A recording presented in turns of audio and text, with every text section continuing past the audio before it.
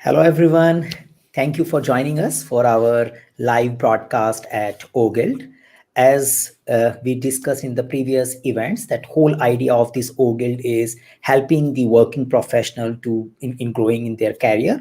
And the idea is that we mentor them with the help of professionals who are working in a day-to-day project or a product-related space.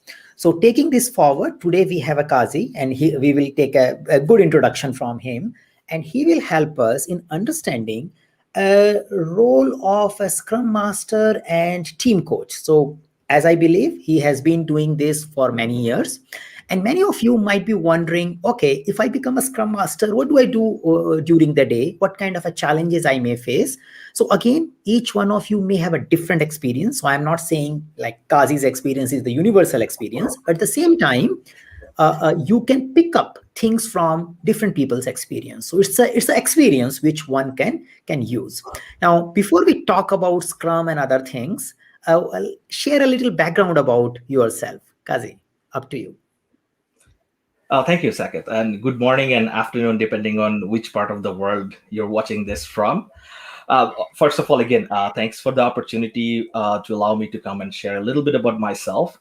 So, if I take a quick look back, overall, I have about 15 years of experience. So that kind of varies from both business to IT, but predominantly into IT side. So I have a professional track record of delivering some mission critical objective for large organizations, both in US and Canada, but I'm located in Canada. And for delivering mission critical objectives and product increment or value to the clients, I've used waterfall and agile, both methodologies, but from about 2015 and onwards, mostly doing in agile fashion. And I've done various roles like business analyst, business systems analyst, agile BSA, and lately agile scrum master and team agile coach. So I've seen transformation in large organizations, mostly in banking and financial domain.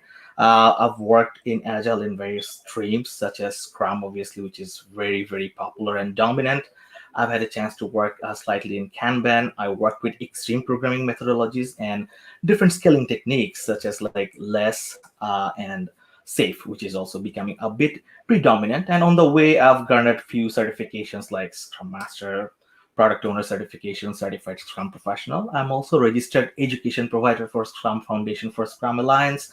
Recently got my Agile coaching certification from IC Agile, so that's been ongoing. And from a strict academic perspective, predominantly studied business with a focus in business analysis and reporting and finance, Mhm. and I do have an MBA from Texas A&M University. So that's pretty much me. Work in different domains: retail, wealth, lending, a little bit capital market, compliance projects, and obviously late 3 to 4 years I've been mostly with digital channel, so focusing on end user perspective for downstream systems such as mobile application, web application. So that's pretty much it. Perfect. Yeah, I think it's a wide range of experience and good foundation in delivery, and then into mentoring, and also some foot in training as well, and various I say domain coverage. Thank you. So let's explore together.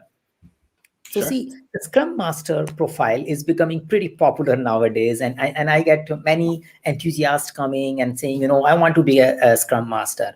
Now, I want to ask, what attracted you towards the Scrum Master profile? Because you were doing delivery, you were doing waterfall delivery as well, and you were doing business analysis, and then you kind of recently more doing Scrum Master and Agile team coaching. So, what attracted you towards Scrum Master profile? Excellent question, and I'll be brutally honest. So it is combination of both.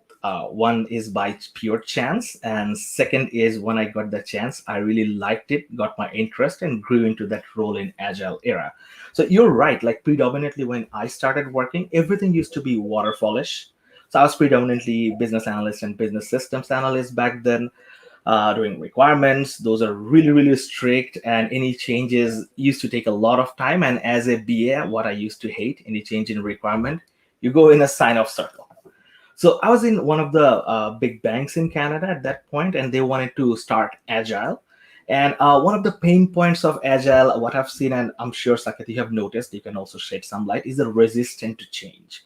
So in a very waterfallish driven environment, and I was doing work for enterprise client data and compliance like anti-money laundering. So all work I did had huge upstream and downstream impact. So there was a resistance to change, and no one wanted to go and work in a new terminology because we were doing just fine. So the management kind of reached out to me and said, "Hey, you know what? Why don't you go and work for this pilot team?" So I was always interested to try out something new, and I heard rumbling in Agiles, and before I've attended a couple seminars related to Agile. So I thought, you know what? This is kind of new rumbling coming into Canadian market. Why don't I go and try it? So that's how I went in. And the rest is kind of where I am. So I saw the pains, I saw the transformations, and learn from it, and actually like the way of doing it. I like the agile mindset of taking things incremental. I could make a relationship with even my education, like when we go for a studying maybe a degree, right? If you go for a North American university, maybe you go for business or computer science, but it's not exactly fixed. After like a couple semesters or even freshman and sophomore years, you can change your majors or add another major. So I found agile to be pretty similar. Yes, we have a broader goal. We want to deliver incremental value. As a student, I want to get a degree which gives me value. At the same time, I can change depending on market demand for agile delivery. Same for studentship, right? Or if I feel like, you know what, I want a computer science minor with my business major, I can have it. So I kind of found a correlation with long-term goals and short-term goals, and how you can take different route switching towards it. I liked it, and I've been lucky to be given different opportunities to work out, and I work my way up. I like it, and kind of now trying to live and breathe agile values within my life, and I found it to be very fulfilling. Okay, perfect. So it's all about getting the opportunity, showing a growth mindset because you are always looking for trying out something new, and you do believe whatever you did before sets the good foundation for your work even now. So it's like you have the common foundation, and now you are adding the agile way of doing things as another elective subject on your profile, and then moving it forward because delivery and program and people challenges might remain more or less plus minus the same. Yeah. Absolutely. Delivery is the same, right? I mean, we end goal is to deliver, end goal is to create value and bring value for the organization. It's just how we go about it. And I found like agile way, if implemented properly, is probably work better and is more human centric, gives value to team building. I like to work in team setting and also builds expertise. So I like that, to be very honest. I find it to be Mhm, a bit mhm, more modern mhm. approach. And I can see that your experience is majorly in the large agile implementation space. So you are talking about the compliance dominant market where there is a group who is giving you the requirement, and there is a set of people who is waiting for your deliverables, and you are somewhere in between. And Right. and the people who are in between are expected to be more predictable, because if they do something wrong, then a lot of people get impacted because there are teams which are waiting, and I think that might be putting good pressure on your team and work. Yeah. Yeah, exactly. So it's fun position, but at the same time, you should be able to run a very tight crew to get there. So that's the fun Yeah. of it. Yeah. So many times when people are interested in knowing the Scrum Master profile and all, so they come and wonder, what kind of a challenges a Scrum Master may face while they are performing their duty. Well, this is a very good question. So, well, as I said, there is a different set of challenges, and for a day in life in Scrum Master, different challenge and different type of work pops up. But if I have to generalize, I'll probably say first is the resistance to change. It's true, Agile is becoming predominant, but I've been fortunate enough to go through at least two of the large organizations for their Agile transformation. So what I've seen, the biggest thing is the resistance to change, and there is a good reason behind it. Because for someone, even for me, I was working really well with waterfallish. My work was cut out. Agile usually is small, but more meetings. I used to schedule my meetings for 2 to 3 days in a week, and rest 2 or 3 days I used to work minorly to make sure my work is being done because I have my scope cut out. But agile, as I said, incremental, small, so you need to always have the open communication. So that is also a factor for resistance. Some of the technical teammates, they don't like to have too many meetings because they like to do their work diligently. And plus, to be fair enough, all this time, like last 50, 60 years, projects were getting delivered, right? Even if you think about waterfall, they successfully delivered people on moon, landed people on moons, and that was a waterfallish project. And if you think about the technology, you got to pay a huge amount of respect to the people who manage that project. absolutely nothing went wrong, which is a very, very complex project and unknown things, and that could have gone easily wrong. So for successful people, there is a resistance to change. Then we have distributed teams, especially in North America. We have our onshore, offshore in different continents, maybe some people in Europe. In my last assignment, I had a team in Ireland, Europe, and in India as well. So different time zones people are working. We don't get to mingle that much. The overlapping time is less. So that's another challenge. How do you bring everyone into the same page by talking with less documentation? Then changing team membership. Organizations have changed, but at the same time, not every organization might have dedicated like development side or predominantly quality engineers to test. So if you don't have dedicated team member, that becomes a challenge as a Scrum Master, as a Scrum team, which is a very basis. Team members are fixed and self-sufficient team. They're able to design, code, and deliver and test, right? And like I said, the meetings, short bursts, but many Mm-hmm. meetings, don't like it.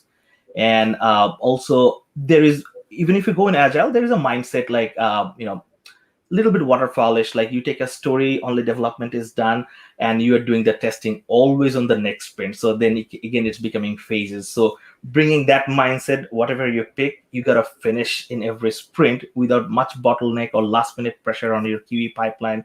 That's also a challenge. And overall, I would say educating and getting the support from upper management is also sometimes a challenge, because uh, Mm-hmm. it's very normal when an organization is transforming, they expect more delivery, more speed. While agile is really kind of like dubbed by many as a very speedy process, it might not always be the speediest process, but it will for sure guarantee the flexibility to incorporate change, which would be more suitable for your market demand. This education and this bringing this mindset is also a challenge. So if I have to note, this would be the major challenge. Okay, so majorly your challenges are pointing towards that agile adaptation challenges, and when you bring agile to an environment, and it's ranging from, like, if everything is working good, why do we need to change? So that's a one kind of set coming in. Another is that if we have to work in a distributed environment, I, rather than giving a meeting, can you just tell me what I have to do so I can just do my part and don't waste time in listening what others are doing? So people may have that particular resistance. And you also spoke about that, then, and on the other side, the management might be expecting the faster deliveries and faster result, where in the initial stage you might be still figuring out and setting up things. So it may take some time before the delivery speed may come at par. And at the same time, it's just not about the speed, it's all about the flexibility and sustainability of the future development. It's not about a short thing. Yeah. Exactly. Yeah, and you also spoke about the team membership. I think that's a little typical issue when you have a specific organization where even the team membership keeps changing, and you have a part-time member, and then you are expected to do agile. Then I think it becomes more and more complicated. Yeah, yeah. Yeah, like establishing the team identity and team bonding, that becomes a bit tough, right? If someone knows, oh, I'm Mhm. here for only this two sprint, he won't be willing to become an integral part of the team. His job would Yeah. be, the mindset would be, you know what, I'll do the job best to my ability and get back. But in agile, the main essence is team building, and we try to give a team and team style. So that goes missing, right?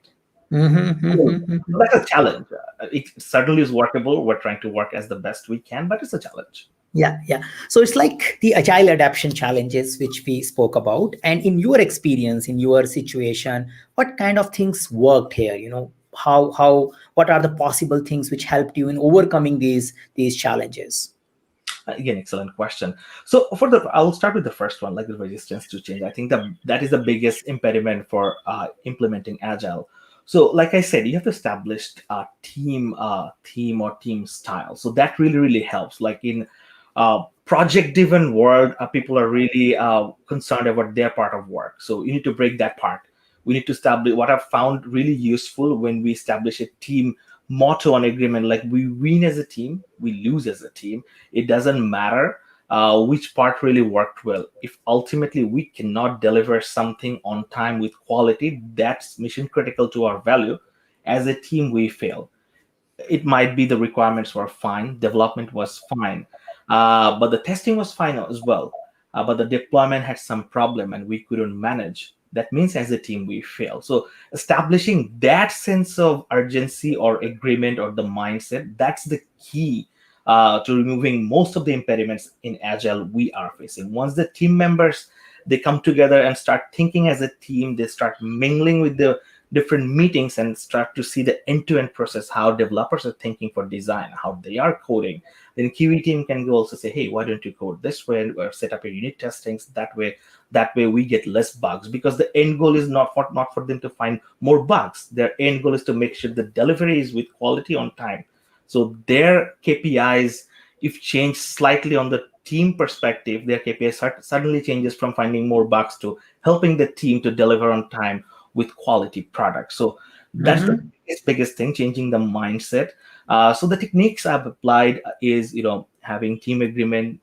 We usually do in our team hangouts. Now on virtual days, we have lunch and learn, breakfast sessions together, and couple meetings every week where there is no topic related to work. We just come and have fun so that we get to know each other personally, and we become kind of work buddies, if not like real life friends, at least work buddies, so that we feel for each other the pain points and we can support each other. So that sense of Mm-hmm. urgency create really great environment. And then the meetings are not counted as meetings.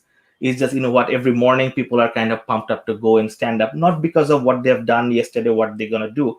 We also talk about a little bit off topics. Okay, what's happening interesting in market, that can be in any domain or even personal life. How was the weekend? What everyone did. Sometimes we take turns and share our last best experience in our vacation so that we can pick next vacations properly. So stuff like that. So Mm-hmm. in short, I mean, work is work. But if we can make it a bit of fun in a team setting, like, hey, this 6 to 12 people, we're kind of together for 7 to 8 hours a day, and we're working on same things. And our KPIs, our success, and our measure of success is dependent on or how good we deliver as a team. It's like a soccer or football team. It doesn't matter if the defense plays well or goalkeeper plays well. You have to still score and win. So bring the winning mindset is the way to get around it. So whatever works, Mm-hmm. you do team building, you do a lot of training, you start to have some fun. So you have bits and pieces of everything, and technical excellence and knowledge sharing, that works. And most of the people we come to work to deliver, right? That's why we do a job, is just channeling that positive thought into this direction. Hey, this probably is working. And once team sees, yes, our results are improving and we're getting kudos for delivering good stuff, the assumptions are cemented. So there we go. Perfect. Yeah. So majorly the focusing on creating a team with a V feeling and supporting them by way of providing them more and more opportunity to learn about each other by various means, and also having some kind of a working agreement, a motto, and a goal that this is something we want to achieve, and kind of reinforcing again and again that the performance is not anymore individual performance. We need to perform together, and that is something is appreciated in the organization. Individual performance are not necessarily that much appreciated, but the overall team performance is appreciated. That helped you in bits and pieces, knowledge sharing sessions, and more together session, and the meeting collaboration also starts improving, and that helped you in moving forward with those resistance for agile way of working. Yeah. Exactly. And once those things come up, yes, we can establish from a definition of ready, definition of done, to like set the process from a high level, how we're going to work on the checkpoints and gating and team. Mm-hmm. But the first starts to have the team formed. And this can go hand in hand, to be very honest. Yeah. So once the team started feeling right, then we can look at a processes and tools. Yeah. So maybe the communication tools and the process or a frame or references for our definition of done. All these things starts reducing confusions. So because we know how to work together, but now we have something to develop a common understanding towards. Exactly. Good. To me personally, I believe in creating that bonding first and team things, because processes I can write a very good definition of ready and team agreements, but that won't be of any value if the team is toxic and they're not willing to abide by it, right? Team will always find this excuse. So Yeah. that's one of So them. process may strengthen that feeling, but if the feeling itself is missing, then you can't bring the feeling based on the process. It will become a bureaucratic thing, and then someone has to really do a policing in order to ensure that those things are getting followed. So if you want to follow the process without police, I think the people should feel they should follow it. And that's always been my goal. Yeah, great, great, great. Now, see, many times people who are coming from project management background and they see various description of Scrum Master on internet. Sometimes they see a Scrum Master is required with the technical skills, and sometimes they see a Scrum Master is a job profile is also asking for project management still. Many people get confused, and I do believe it's an organization specific things. We can't just say one organization is equal to other. But if I just ask you about your typical day when you were working as a Scrum Master or when you work as a Scrum Master, what kind of an activities or things goes during the day? What happens? Great question again, Saket. So to be off the bat, there is no single day that is similar, but there is some similarity as well. So, and also Scrum, we have iterations. So depending on which stage of the iteration cycle you're in, your day might vary. But from the very high level perspective, usually mornings are short ceremonies and meetings, like we meet for daily scrums, because overlapping hours are usually in morning in North America. So we try to use those golden hours in as much collaborative manner as possible. So we do have ceremonies like stand up, sprint planning, or sprint retro, and even backlog refinements during morning time, so that when we get the most coverage for the team members. But towards the end of the day, right, like after lunch, we do try to, as a Scrum Master, what I try to remove those impediments, escalation points, and see what are the work coming up tomorrow for the teams to be looked at. And at the same time, I try to see during the end of the day what is the progress from our team perspective, what is the possible impediments, and what plannings I need to do to prepare myself to help the team for the next of the day. So it's usually mostly facilitation during the first half of the day, get to know what's really going on, and if there's any follow-up calls or meetings or clarification required to help that. And mostly second half, remove impediments, work on next days and weeks planning, and prepare myself and see team health, so that next day I can be there to help with the team based on data. Perfect. So it's like a three way of categorizing a typical day, because there could be there are days where you might be teaching sometime. There could be a days where you might be doing some other data collection and analysis as well. But a good amount of time goes into facilitation depending upon which meeting is happening in that particular day. That's what I'm picking up. Also resolving something which is open. So you may have an open impediment backlog coming from today's meeting or from a yesterday's meeting. So taking a stock of it and doing something, you might be doing some work around it. And then once the day starts closing, you start focusing on what's going to happen tomorrow. So how do I prepare well? What kind of information, data I might need to present to the team so that they reflect well. So you are kind of already thinking about the upcoming meetings which are happening the next day. Yeah. Yeah. Perfect. So now you also spoke about that you kind of moved from Scrum Master role to a team coach role, and that's a path you are taking. So how do you differentiate these two things? Like in your view, what is the difference between say Agile team coach role and the Scrum Master role? Again, excellent question, Saket, and it's kind of a loaded one. If you go through like typical Agile manifesto from Scrum Alliance or Scrum.org, there is no mentioning of Agile coach. So it's not like mandated Scrum or Agile role, Scrum Master, Product Owner, and Development Team.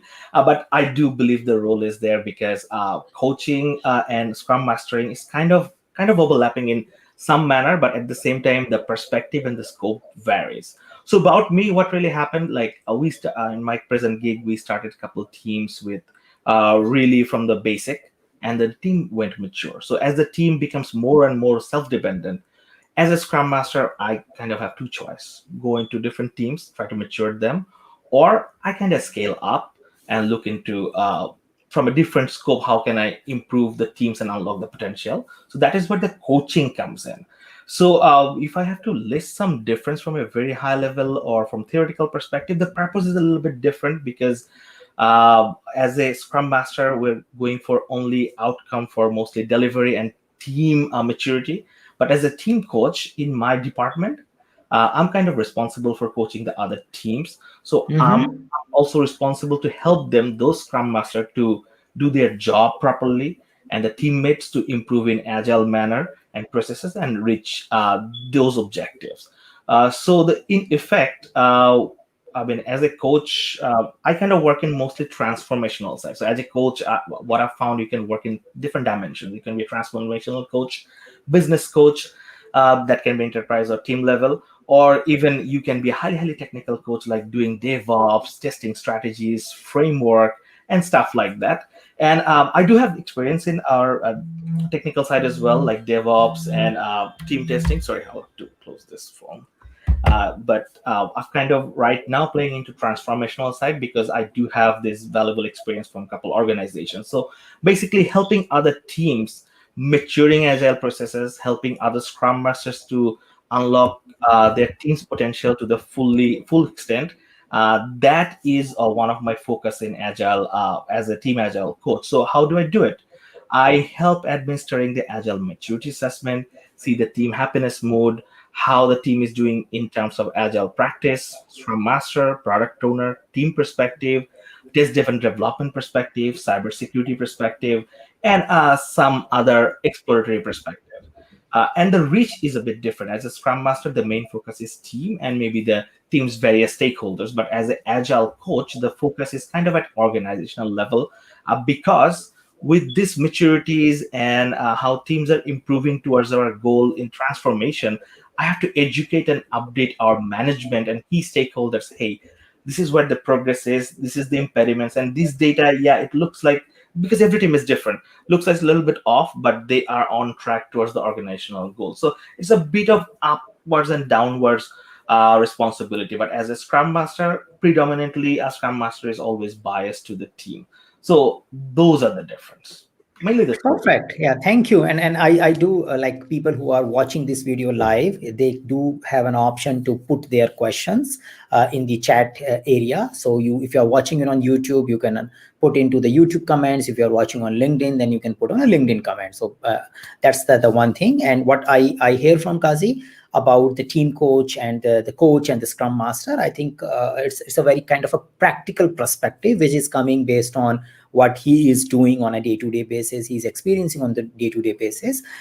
There could be a theoretical definitions, which definitely add some value, but here we are just talking and focusing on a particular experience. So what I'm picking up is, as a Scrum Master, you might be focusing on producing the deliverable with the help and helping the team to produce the deliverable and focusing them, creating an high performing team, resolving impediments which are blocking you from doing the delivery. So that seems to be the focus area, and you definitely do coaching, mentoring as a skill. So Scrum Master also may end up doing coaching, mentoring, and apply for a team level.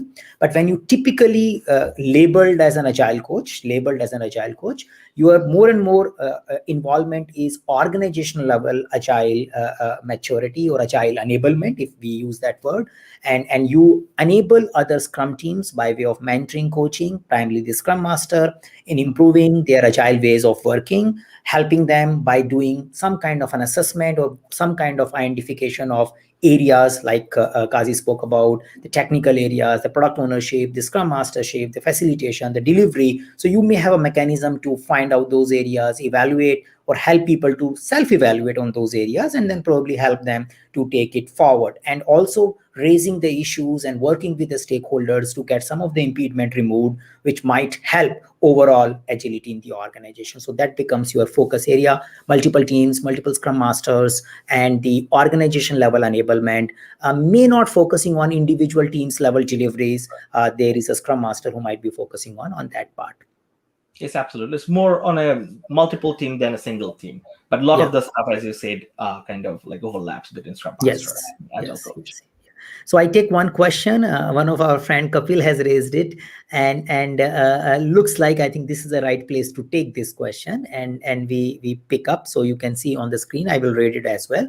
So many times, and I think you are the right person to answer this question as well because of your experience and the type of stakeholder you deal with. So when you have KPIs and reportings and people sitting on the PMO level and the senior level, they might be still looking at variance analysis and the old waterfallish reports. and then you are doing something agile and you have a sprint and you have a sprint planning and not having a very detailed plan and commitment for future, they may try to get that. So how do you handle that, where people are trying to or doing execution in agile, but management is asking for the predictive and old world reports, and that kind of create a disconnect? So how possibly one can handle this situation? Well, Kapil, thank you for a question, and this is a very valid question. This is something we kind of have to deal every day. I think every Scrum Master and Agile coach will have to. And based on reporting, see, Agile is just enough and barely sufficient for Scrum. So we do just enough documentation. That means we do document and we do look for empirical evidence. But the old way of matrix is not necessarily full descriptive of agile way of doing things, because old way we used to report, like Saket said, variance, how many man hours needed, but here we are estimating based on story points, and which is an approximate guesstimate, so we might or might not be able to hit it, but we do produce some reports. So this is a double-edged sword. So as an agile coach and Scrum Master, I do produce our sprint KPIs. So that includes our what is our velocity, at which pace we are going, how much we are true to our commitment, what that means when we are starting our iteration, the amount of work we have committed, are how much percentage of that we are delivering, plus what is our scope change within that iteration, plus we try to track our in sprint turnbacks and the standalone bugs we get, and also product backlog health. So we want to make sure we have around at least 3 months worth of work kind of highly jotted down in our backlog, ready in case our product owner leaves and there's a gap in hiring, 2 weeks of notice, then to hire another 4 weeks. So we want to have at least 3 months of worth of work pending. And for velocity, what that means, the pace, that is kind of independent of teams, because every team goes in different pace and puts that number or story points in their manner. So the most important matrix for me, or the management I try to educate, is the commitment reliability, because agile, the whole idea is team is center and team can make their own decisions. So when a deadline or an epic or a really deliverable which is mission critical has been presented, we try to make sure the team gets the chance to see it, slice it, dice it, and make a commitment. Hey, if we deliver based on our experience, this sort of work will take us 8 sprints or 10 sprints. So we take that as a commitment from the team from a very, very high level, and we try to see what was the historical variance for the team. So we try to have a plus minus and assign that time around it, and we closely follow every sprint. How is the commitment delivery coming up? If the commitment and delivery is like about 100%, 110%, or even 95% to 90%, it is give or take okay. If the variance is more, we try to see, okay, what was the reason? Was the team member shift, vacations, Mhm. or there was a lot of scope change? Like if stakeholders, they change the end goal and put some other work, definitely there will be delay to original commitments. So to answer your question, Kapil, yes, that is a really pain point, reporting on agile fashion for waterfall driven organizations. But the way around I've found, use more on your variance for commitment reliability. If the team is delivering what is committed, that means team is at full force. And then if you want to increase the speed of delivery, then again, you can, if you want, apply the old techniques, increase the team members or create a support team. Or if you Mhm. think that's on track, this is fine. And if the team is delivering way more, then it's much better. Yeah, yeah.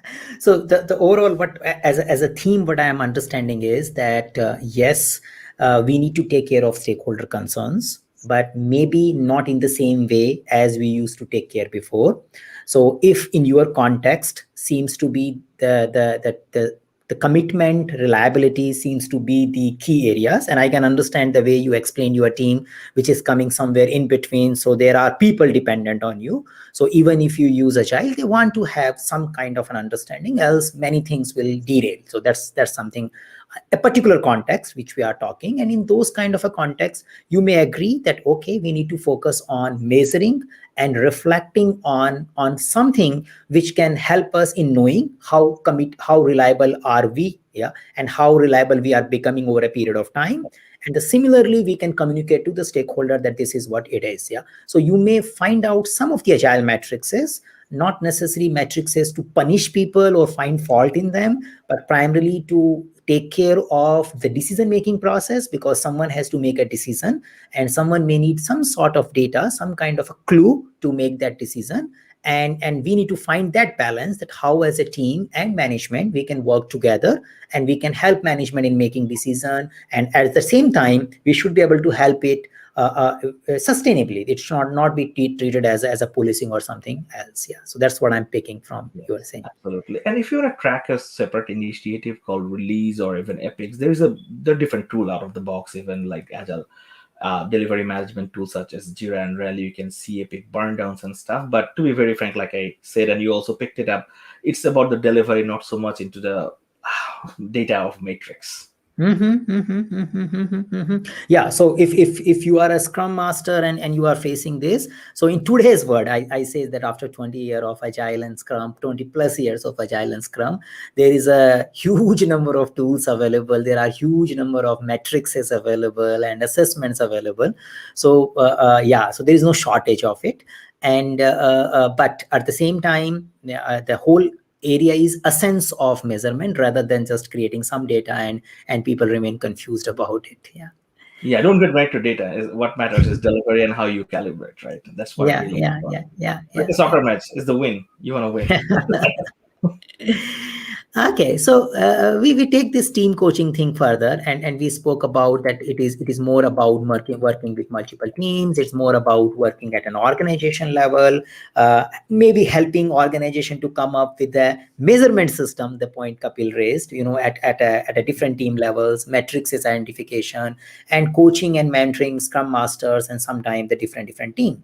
So, in your understanding, what kind of a skills might be needed in order to become an effective coach, agile coach? Yeah. To be very honest, I'm still learning, and there is no shortage of learning every day. Every day is new. But as you said, if you ask me again, I would say there are at least three distinctive skills required. One is obviously coaching, which is to help people realize and solve their own problem via their own skill.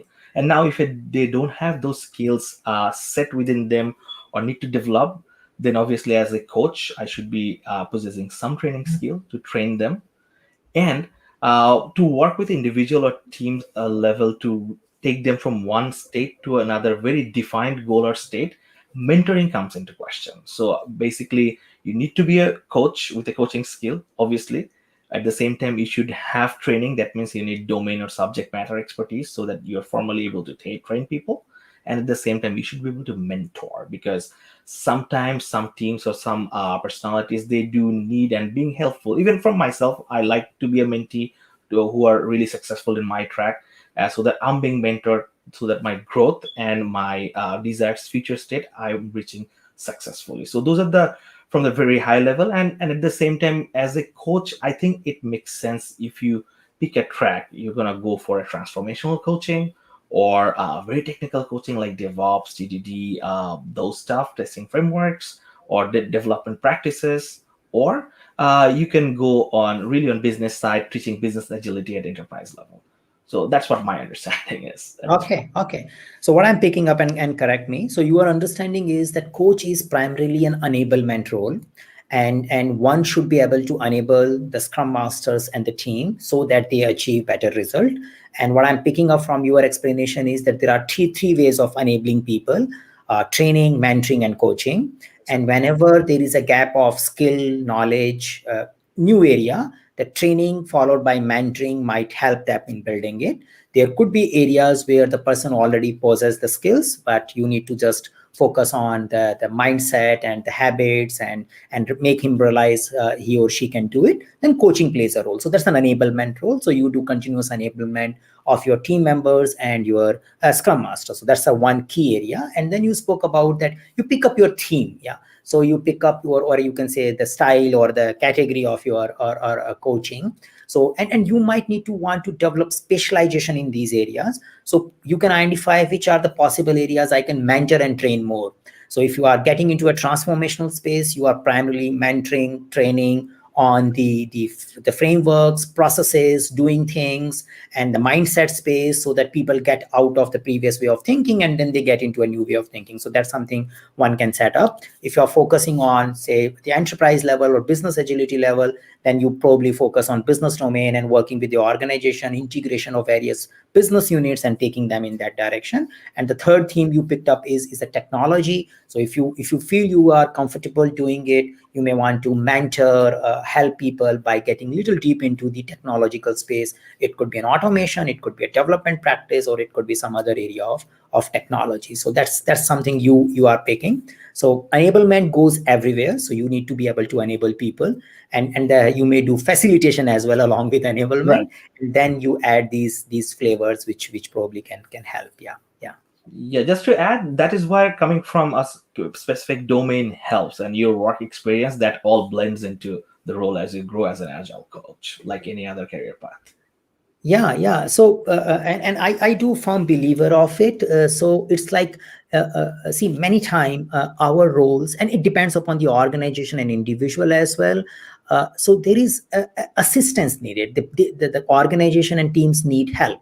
Sometimes they get helped by coaching. Sometimes they get helped by consulting. Sometimes they get helped by training, mentoring, and something else. So we need to see how we position ourselves so that the organization can make best out of our availability. And that's why one may need to put some specialization in order to support the mentoring training part as well. Yeah. Great. So we are moving towards the closer side, and if I need to ask two questions which are more or less similar, but just meant for different profiles. So the question I asked them in the beginning, and then we'll take them answer one by one. So it's like, what advice you would like to give to aspiring Scrum Master, and the same question will go to aspiring Agile coaches. So let's start with, because see, there are a lot of people who are going for the certification programs, attending certified Scrum Masters and all. And I believe many of them are looking for team kind of a leadership role. Some of them are coming from development background, not yet have done any team leadership. That's a one type of segment. Again, the advice will be different for different people, but we are just generically picking up. And then there are people who are coming from old project management background. So they have been doing project management before, and they kind of got into Agile and Scrum, and they are trying to take it forward. So maybe you want to classify, like categorize your advice, or give a similar advice or a generic advice to both. So if someone is aspiring to become a Scrum Master, based on your own experience and what you see in the community, what can help them? Again, excellent question, Saket. To be very frank, first I'll touch base on certifications. Certifications are great. I have quite a few certifications, but to be very honest, certifications can only get you not very far. Your practical experience and willingness to do the role will kind of make you successful. So first of all, if you want to be a Scrum Master, you need the willingness to be a Scrum Master. What that means, you have to be really, really team oriented. You have to belong to the team and have to bring every people in the team into the senses that they are part of the team. We win as a team, we lose as a team. If we fail, it doesn't matter. As a Scrum Master, you'll be ready to protect and strengthen that feeling. Yes, failure is an opportunity to learn. We fail fast, we learn fast. So if you want to be a Scrum Master, first of all, be a team man, bring that positive energy, and try to channel the positive energy towards the teammate. Believe me, people are really good, people are highly skilled. That's why people are in the organization, regardless of what methods they're working on. They're being successful. That's why organization has kept them for their skill and experience. So as a Scrum Master, your job would be to bring that in a team setting, because a team is stronger than an individual. So if you can channel that energy, positivity within the team will do it. And don't be afraid to let them go and take their own charge of their work and fail and learn from that. That autonomy helps people to bring the best out of them. And at the same time, you should possess enough and solid knowledge on Agile. That's where certification comes in, Scrum theory and practices that will help you improve people's Agile way of knowledge, set up the process for Agile, lead without being a formal leader. That means assert your influence. That's where your domain knowledge and expertise will come in if you're coming from developer or business analyst or business side or any side, then you have to be a really effective communicator and very transparent in communication. So one of the key part, which I haven't touched before, is like you need to make sure there is no silo within the team. Everyone have the same information and pretty much at the same time, and you let everyone's voice be a matter in the team. So that's how the team develops. And if the team develops, as a scrum master, your job is, I would say, 80% done, because the team will do the delivery, which matters. Then your job becomes, okay, how do I make them more agile? But if you cannot develop the team sense, well, my friend, the job's going to be probably tough. So one line: be a team man, develop the team. Perfect. So what I'm picking up here is the people skills, which helps you to create teams, and leadership, which kind of linked with. So a leadership style, which is more enabling leadership, facilitating leadership, rather than telling people to do something. You facilitate people to get together. So you have a skill to work with people and ability to create a high performing team. So that's kind of a natural incline. If you already have, then it's a good place. So it's all about creating teams. So that's a one thing which I'm picking up about doing a scrum master job. And one of the essential element you added there is that focus on effective communication, from your side, as well as creating a transparent environment so that people can communicate effectively with each other as well.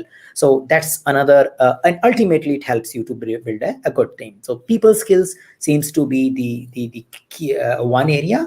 And the second thing which you are putting is, see, development is a development you are doing through various way, but when you are picking agile way or scrum way of working, then you should know what is that way and why a particular thing is done. Why do we have a definition of done?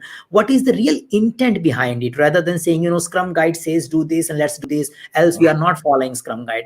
Then it shows a shallowness in the depth of your agile and scrum understanding. So in order to really essentially understand what is the essence, how does it help, you might need to develop a good expertise in understanding this framework, and understanding how framework helps teams and the organization in delivering product faster, or helps the team to sustainably achieve agility and flexibility. So that kind of deep understanding might come from learning from training and certification programs. So that's possibly I'm picking up. So team and people, or a scrum education in a way.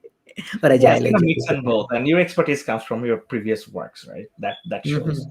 that Yeah. gives you the respect, and then you bring the flavor of agile, develop a team, and that's it. 80%, 85% of your job is done. Yeah, and then learn from each week of your work, maybe. Yeah. So Exactly. when you start doing, it's all about inspect and adapting. Nobody can give you a script, but yeah, you do something, start somewhere, and then probably will get something what to do. Yeah. Good. Same question for agile coach. Let's explore that as well. Yeah. Yeah, for coaching, again, same thing. You have to bring up the positive mindset and challenge, but at the same time, for coaching, the scope, as I said, and I realize, is a bit different, right? Your scope is multiple teams and your stakeholders as well, and also might be your peers, like other agile coaches.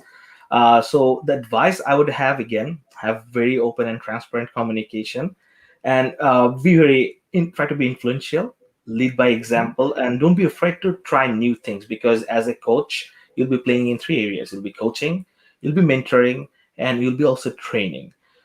So pick your team. Maybe for next 6 months you want to focus more on training, because of the teams you're Mm-hmm. working with, they need training. So pick that team, work mostly on that side, but don't let the mentoring and the coaching part drop. At least keep a good mix of it. Same when you get to next stage, maybe yes, they are trained, then they need a bit mentoring to be more mature from one state to a desired state, where okay, there might be a mandate, maybe 30% or 40% of the teams won't need scrum master, so you work towards that. And at the same time, then coaching side, so you don't let go of coaching, you keep coaching the product Mm-hmm. owners, team scrum master and teammates, for continuous improvement, because there is no shortage of improvement. Lean agile concepts, value stream mapping, lean coffees, agile games, even innovation, you can inject some way of innovation so that the work becomes more fun, so that they can pick, maybe when one sprint or half a sprint, they can pick their own work as a team. So that will also inspire. So don't be afraid to experiment a little bit. That's tolerable within the organizational limit. And for managing the high level stakeholders. Again, be transparent and let them know why you're doing what, and get that buy-in and support, because that will only enable you to do so and make you credible to the team when you go with the new ideas, because they will know, okay, this coach is coming with those ideas and he has the management support, so let us participate and see what happens. In short, Mhm. that's what I'll tell. Perfect. So I find your advice pretty practical. So it's like, yes, there are many areas. So you can say there is training, mentoring, coaching, facilitating, learning new and new facilitation skills, and experimenting, and all those things can continue. And I pick up and advise that you may identify your entry point. So some of you may enter in the coaching space with the help of training more. Maybe that is something your first thing. If you find that you are more inclined towards, there are multiple scrum teams and probably you are doing delivery oriented, but multiple teamwork might pick up a mentoring as a starting point. So you find up your initial pick. Training, mentoring seems to be the one which works pretty well to start with, and then build up the coaching, facilitating skills, and keep experimenting, keep adding more frameworks to it. That probably can help you in reaching to a agile coach space. So that's something I am picking up here. Absolutely. No, you got that perfectly right and summed up way more better than me. Perfect. So no, thank you. So this is all. Anything else you want to say? Something is in your mind before we start closing? If I have to say again, something agile is a mindset. Don't take it as like a very serious thing. We have to do all this process, because there is a chance in agile to establish your own style and team's own theme and taste and way of doing things. I think that's what matters. What I've seen in my experience, a couple of my teams, we were pilot team within the transformation. We established our own style. So when the whole department or IT organization transformed, even then our teams were seen as forerunner and distinctive stylish team, and people reached out to the teammates even, hey, how do you do this? So I would say be open and try to establish your own style, because that's what agile is all about. It's not like only set of few processes. Yes, there Yeah. are processes, but tweak them to your own taste, and that's the fun of it.